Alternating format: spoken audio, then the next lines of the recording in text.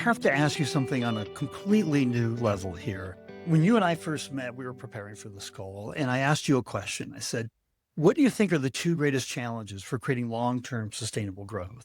I've asked about 120 C-suite executives that exact same question.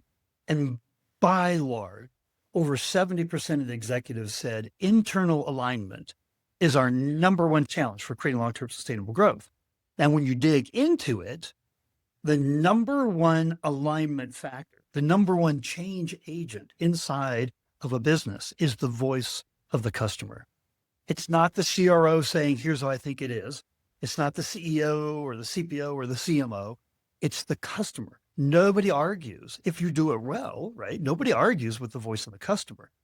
So how important is internal alignment? I think it was a Bain study that said that internally aligned organizations, well-aligned organizations, have 2 times the revenue growth. So the whole idea here, the revenue logic of customer obsession, what I'm asking is, does customer obsession lead to better alignment, which leads to better performance and revenue? The answer is yes, for sure. However, you need to get there, and getting there is a journey. I often give this example in my current organization, which is a B2B, and I'm coming from a B2C. B2C, you were driven by what the customer was saying. Whatever you had, some customer survey whatsoever, everybody was like waiting, because the whole, I would say, company's strategy could change according to that. In my current environment, B2B, there is a yearly customer satisfaction survey with an NPS. It's an event among other events. It's not taken as, I would say, not seriously, but it's not the major information, which it should be. So once you have that, let's say, for instance, you see that for whatever reason, from a year to the other, your customer do not perceive you as good in innovation. In my business, wow, that's a big, major information. And an information like that should stretch to the CEO taking some decisions. And then, okay, what does that mean for or R&D? What does it mean for how the speeches our salespeople hold in front of the customers, the offerings, how do we present our offerings? Do they not look innovative enough? I mean, it should drive all that, and everybody kind of aligns behind this perception the customer has of us.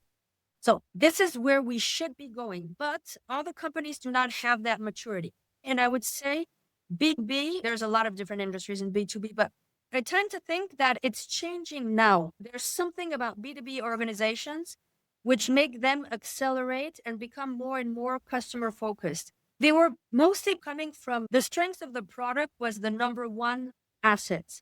The product did it all. I mean, the product did it all, and that, kind of held them for like 20 years. It's a bit different today. It's been different for a couple of years. So they're coming back to some foundations of what marketing is about and how you should be listening, anticipating, paying attention to what your customer says. But I would say there's kind of a discrepancy between what B2C knows and what B2B is rediscovering. Rediscovering in its own way. It's not exactly the same way. You don't do it the same way.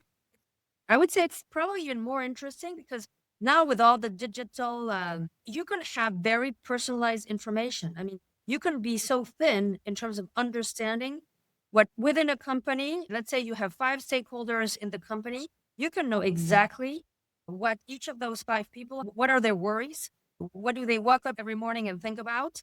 And even what are their objectives by the end of the year? You can even get to know that. So how much more do you need to show up and say, I can help? If you're able to tell me I understand what your problem is, you want to listen. You'll decide to go ahead or not, but at least you're going to want to listen. So I think B2B is in a great moment right now. There's so much we can do. A big takeaway is that culturally, customer obsession isn't as naturally occurring in B2B organizations as it is in B2C.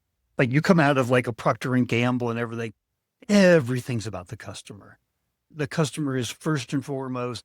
Amazon, they still do this. I interviewed somebody just over a year ago who was at Amazon. They had this empty chair policy where every meeting, physically or online, had an empty chair.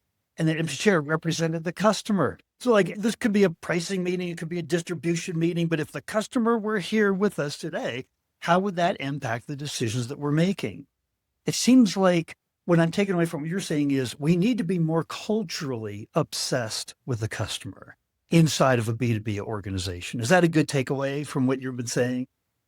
Yeah, definitely. And you usually B2B, you do not approach the customer in a mass. You approach the customer in specific persona. I would say the difference you can get into understanding and hearing that voice for sure. As you know, what we're saying, this new way of seeing the customer and so on, what I've experienced in this B2B environment is that unless you are able to demonstrate that what you're saying, what your approach has a direct impact on business, you're not going to be heard. You need to be able to do things which are going to demonstrate, your impact on revenue.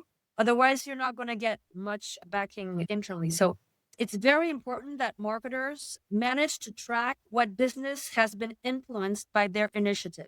That is key because if you want to sit on the board and if you want the board to listen to your voice, until you are able to say, okay, this year, because of the different marketing initiatives, we've influenced 8% of the revenue generated, you're not going to have the same weight as if you can just talk about, okay, I've developed the brand awareness, that amount of digital impression, and we had that number of articles in the press. They're going to listen, but it's not going to resonate as much as how much you impacted the business. All the other KPIs are super important, but they're super important just for me to drive my teams.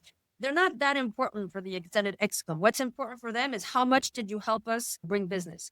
And once you're able to demonstrate that, then you start to have people listening to what you're saying when you're talking. We need to listen to the customer much more. We need to be focused on understanding it per industry, what their main stakes are, or offerings well positioned according to what they're going to need, and so on and so on. To be able to have an ear of the CEO, the sales head, and so on, you need to, first of all, be able to demonstrate that you're bringing business. That's my learning from the past years.